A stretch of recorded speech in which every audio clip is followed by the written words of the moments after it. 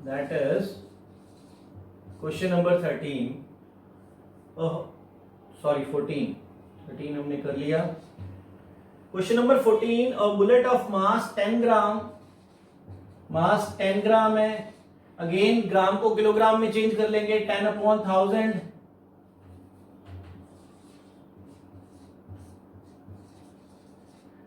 कितना हो जाएगा 0.01 किलो, 0.01 किलोग्राम हो जाएगा, ठीक है।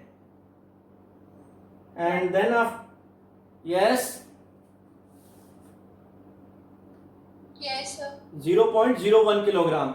Then after horizontally with a velocity 150 meter per second, velocity of bullet VB ले लेते हैं इसको, that is 150 meter,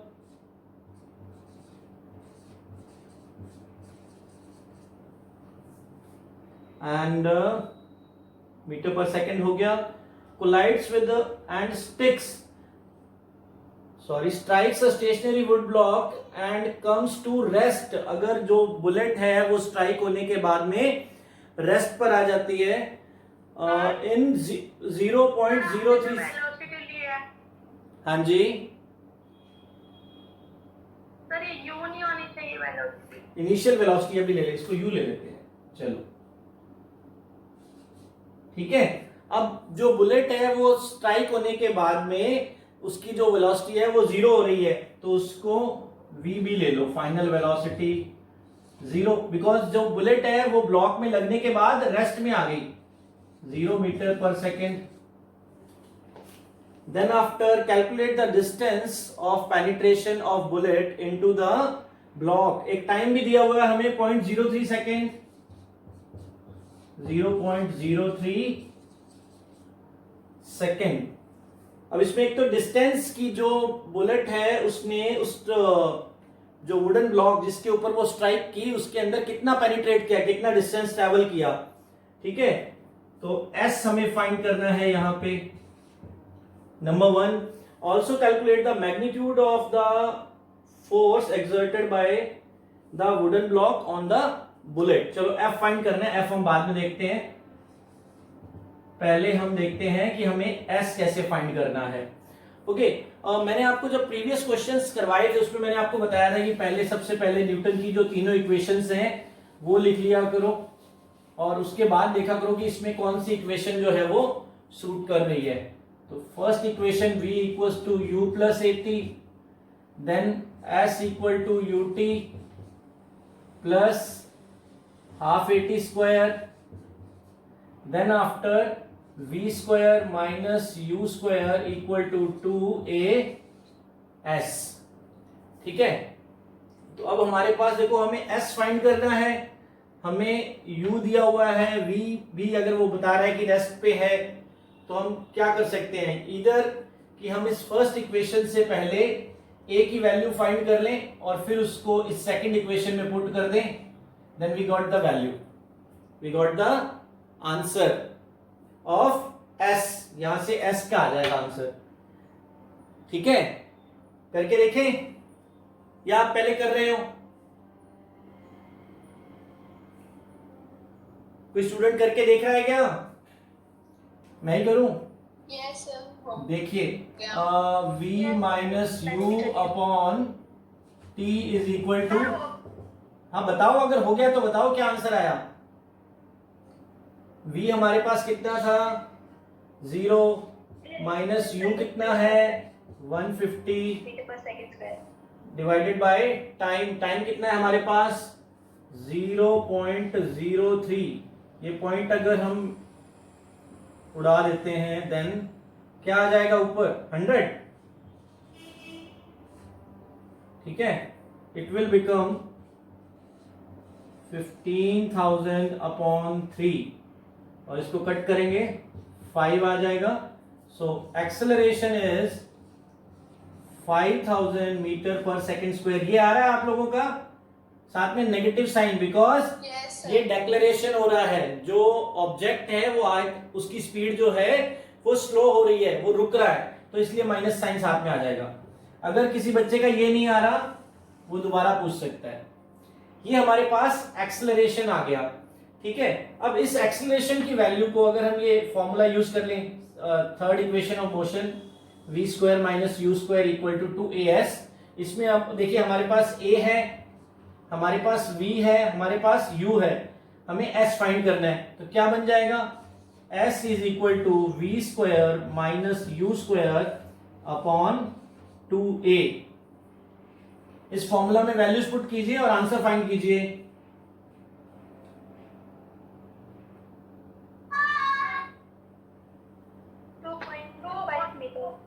Yes, sir. 2.25. 2.25 आगे आएगा मीटर, ठीक है। और वैसे अगर हम चाहें तो हम यहां से भी, अगर हमारे पास ये आ गया तो हम ये भी फाइंड कर सकते हैं, ये वाला फॉर्मूला भी लगा सकते हैं। इसको भी यूज करके निकालिएगा एस की वैल्यू। अगर मैं यहां पे पुट करता हूं u is 150 into 0.03 plus half of 5000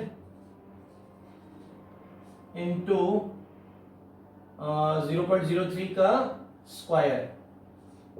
यहां भी आप कर सकते हो, इससे भी आपके पास s की वैल्यू आ जाएगी। करके देखिए सेम आ रहा है क्या? Solve this. क्या आपका मैंने ट्राई किया था। नहीं आता? इससे आना चाहिए, आएगा। इसको दोबारा सॉल्व करो। जैसे शुड आई सॉल्व, मैं सॉल्व करूं यहां पे, मैं ये पार्ट इरेज करूंगा तो आपको याद रह जाएगा। ये वाला इरेज कर दूं पार्ट एक बार।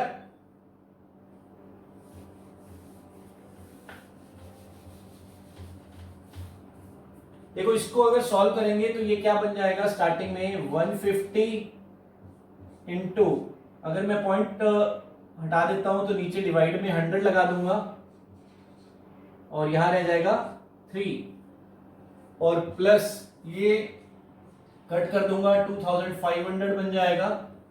इट विल बिकम 2500 इंटू, यहां देखिए ये 0.03 का स्क्वायर है, तो 3 का स्क्वायर 9 हो जाएगा, और 0 का आगे 0.0 है तो हो क्या जाएगा ये, इट विल बिकम 0.009, ठीक है। 0.03 का हम स्क्वायर करेंगे, इट विल बिकम 0.009। ये बात क्लियर हुई? इसको चेक कर लीजिएगा। 3 3 9, 3 0 0, 0 3 0 अगेन 0, और 9 0 0, आई थिंक एक 0 और आएगा।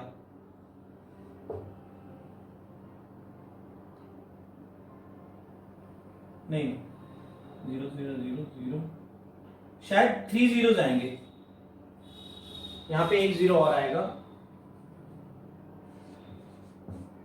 ठीक है।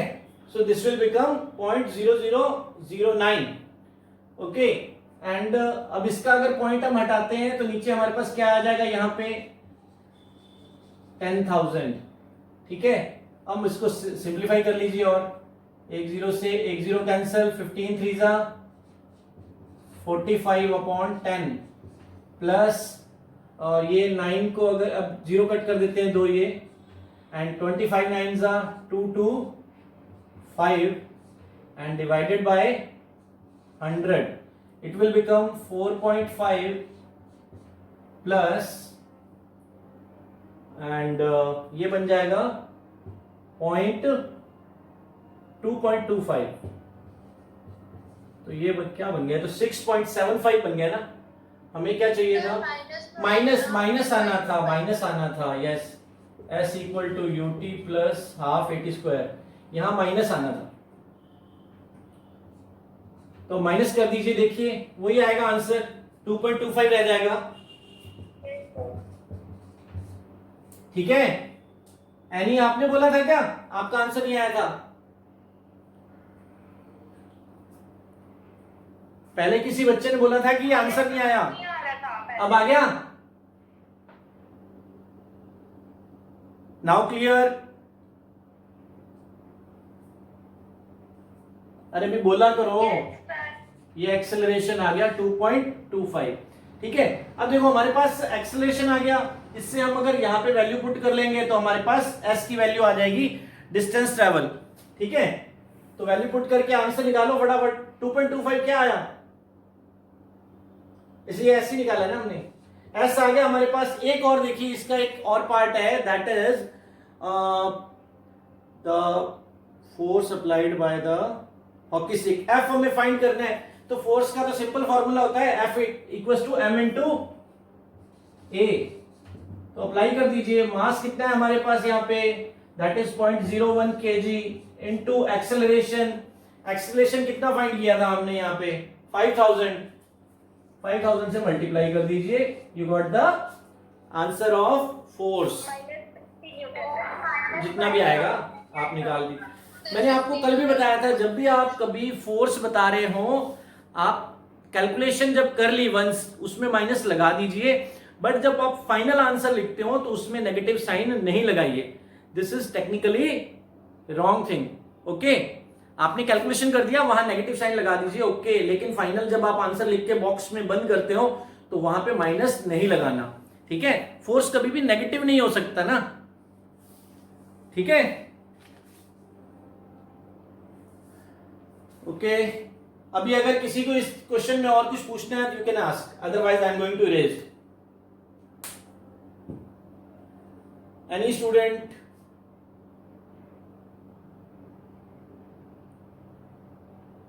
Okay,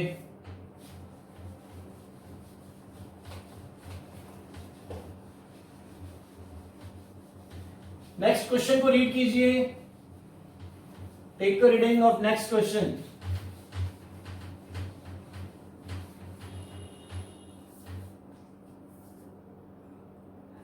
There is a next question, question number 15.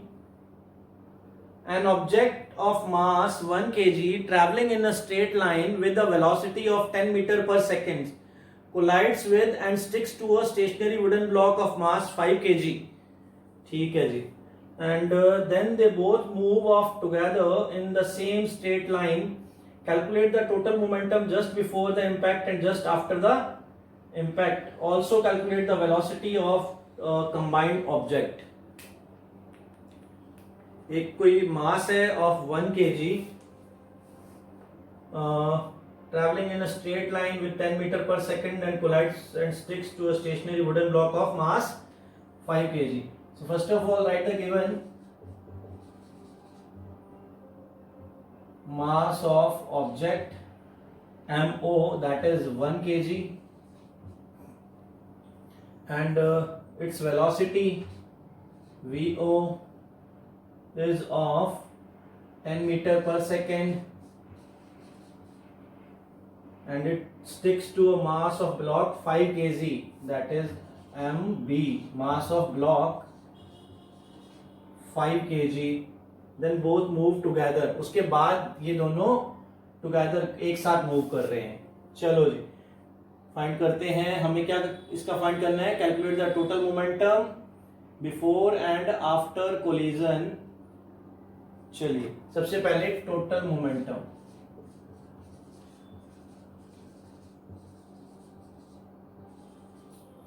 Before collision. ठीक है, total momentum before collision is, total momentum before collision is mass of object into velocity of object, mass of object into velocity of object,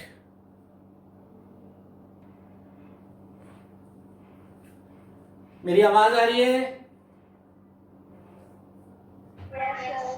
total momentum before collision, हमारे पास momentum का क्या formula होता है, mass into velocity, mass of object into velocity of object before collision plus mass of block into velocity of block before collision. यहां पे you कर लीजिए, थोड़ा फिर कंफ्यूजन नहीं होगा, इनिशियल वेलोसिटी। ठीक है, सो यहां पर बिफोर कोलिजन।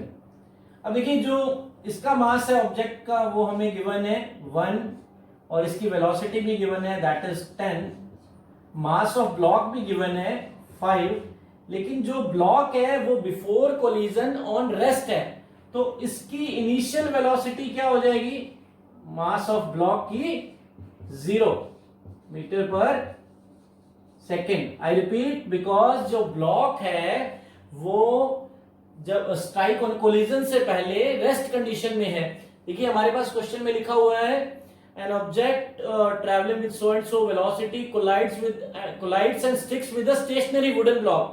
स्टेशनरी का मीनिंग है कि वो रेस्ट पोजीशन में है, तो u भी हमारे पास 0 है। नाउ आफ्टर सॉल्विंग इट, ये जो है हमारे पास क्या हो जाएगा, 0 हो जाएगी term, 5 into 0 and 10 into 1 is 10, ठीक है। और यूनिट क्या हो जाएगा, kg metre per second. This is total momentum before collision, ठीक है। ये हमारे पास आ गया टोटल मोमेंटम बिफोर कोलिजन। अब देखिए उसने एक सेकंड क्वेश्चन और पूछा है, टोटल मोमेंटम आफ्टर कोलिजन। तो भाई आफ्टर कोलिजन क्या होगा कि आफ्टर कोलिजन में एक ये बात बताई है कि जो ऑब्जेक्ट है, let's say this is the object and this is the block, ये दोनों स्टिक हो गए हैं, तो अब दोनों का जो मास है वो कंबाइंड हो गया, that is MO plus MB, ठीक है। मास कंबाइंड हो गया और वेलोसिटी क्या होगी, कॉमन होगी। तो लेट्स से कि उनकी जो फाइनल लास्ट वेलोसिटी है वो v है, दैट इज MO कितना है हमारे पास 1 और MB कितना है हमारे पास, दैट इज 5 kg। और आगे कोई दिया क्या वेलोसिटी क्वेश्चन में, stationery block of mass 5 kg, then they both move off together in same straight line, calculate the total momentum just before and after। यहाँ पे हमें आफ्टर कोलिजन कोई वेलोसिटी गिवन नहीं है, there is no velocity given after collision, ठीक है। तो कोई बात नहीं, हम यहाँ पे sorry we have to find, yes, तो it will becomes 5 plus 1 6v, ठीक है। This is after collision, momentum after collision, ठीक है। ये क्या है, आफ्टर कोलिजन 6v, आगे आप लिख सकते हो kg metre per second. Now law of conservation of momentum जो है उससे हमें ये पता है कि momentum before collision, this is equation 1, and momentum after collision, equation 2, is equal always, equal to that। तो इक्वेट कर लेते हैं हम यहाँ पे, 10 kg is equal to 6v, 6 जो है वो मल्टीप्लाई में दूसरी साइड आएगा तो डिवाइड हो जाएगा, it will become 10/6 equal to v। और सिंप्लीफाई कर लीजिए, 5/3 हो गया, 5/3 मीटर पर सेकेंड। इसको और सिंप्लीफाई करना चाहो तो डिवाइड कर लो, पॉइंट्स में आंसर आ जाएगा, ठीक है। तो it is in metre per second. एक और बात बेटा, आप इक्वल के इधर लिख रहे हो या उधर लिख रहे हो कोई फर्क नहीं पड़ता है, इसको मैं ऐसे भी लिख सकता हूं। कुछ बच्चे हैं जो यहां भी कंफ्यूज हो जाते हैं, तो it can be v equal to 5/3 metre per second, okay. ये हमारे पास वेलोसिटी आ गई, and also calculate the velocity of combined object, यही है बस। This is the final answer, this is the final answer. Momentum after collision भी निकाल सकते हैं, निकाल लीजिए। ये v जो है यहाँ पे पुट कर दीजिए आप, ये P1 था हमारे पास और ये P2 है, तो यहां पुट कर दीजिए। P2 is equal to 6 into 5/3, तो 3 को हमने इससे कट किया, 2 आ गया, 5 into 2 10। So equation 1 is equation 2, जो law of conservation of momentum है वो यहां प्रूव हो रहा है, ठीक है। So this is question number 15। आगे आपको सिर्फ 2 क्वेश्चन है, वो आपको खुद करने हैं, होमवर्क है क्वेश्चन नंबर 16 और क्वेश्चन नंबर 18। क्वेश्चन नंबर 18 में एक चीज ध्यान रखिएगा, मैं रीड कर देता हूं, आपको एक हिंट दे देता हूं क्वेश्चन नंबर 18 के लिए। 16 तो इजी है। How much momentum will a dumbbell of mass 10 kg transfer to a floor if it falls from a height of 80 centimetre. एक ऑब्जेक्ट है, वो ऊपर एक हाइट से फॉल कर रहा है। मैंने आप लोगों को उस दिन बताया था कि जब कोई ऑब्जेक्ट अगर किसी पर्टिकुलर सर्टेन हाइट से फॉल करता है, उस केस में उसकी जो वेलोसिटी, इनिशियल वेलोसिटी होती है u, वो 0 होती है। ठीक है, इसमें आप हिंट नोट कर लीजिए। क्वेश्चन नंबर 18 में आपको जो वेलोसिटी, इनिशियल वेलोसिटी है वो 0 लेनी है। You have to consider initial velocity equal to 0। Okay, बाकी सब यही सेम जो हमने प्रोसेस किए हैं वैसे ही हैं।